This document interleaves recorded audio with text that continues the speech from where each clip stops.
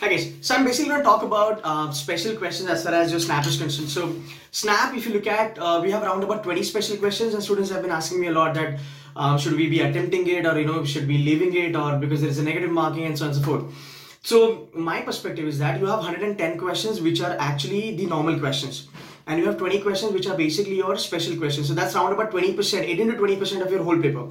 Now, special questions have the upside. If you mark them correct, you get plus 2 marks. But even if you mark all of them incorrectly, right? So 20 questions going wrong, how much you guys are going to get at the end of the day? It's going to be round about 5 marks. That's your mota-moti loss. But if you mark everything correct, right? So that's 20 questions correct into 2. So you're making 40 marks on the spot.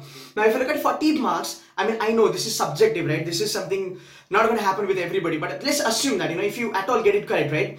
How much you're going to make out of it? You're going to make out of it 40 marks. So 40 is nothing but 50% plus on the spot. I'm not saying that you mark everything.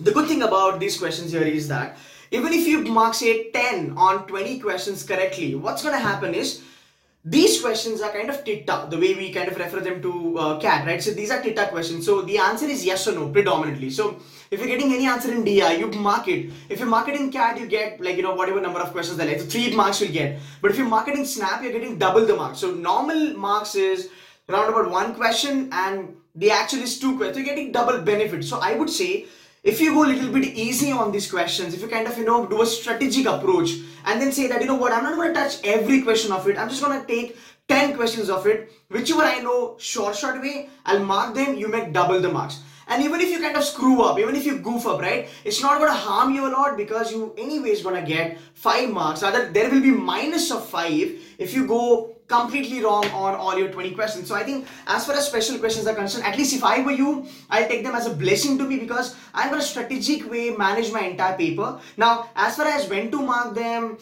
when to pick them up, how to time them up, like everything will be coming up in my next video. So if you've not tuned into it, do wait for that video. I'll be uploading a video on the same thing. But as far as your Snap paper is concerned, as far as special 20 questions are concerned, guys, trust me, it's going to be a really good opportunity for you. So try to work a little bit on it. You can mark them if you know them. If not, you can leave them. Even if you take a guesswork, even if you mark them tukka, right? I think it's not a big loss to you. So as far as special questions is concerned, my take on this, guys, is that should go for it. Try to mark them. Is going to help you guys. There is no a huge downside as such, but it's definitely a good upside. Yep. Thank you so much.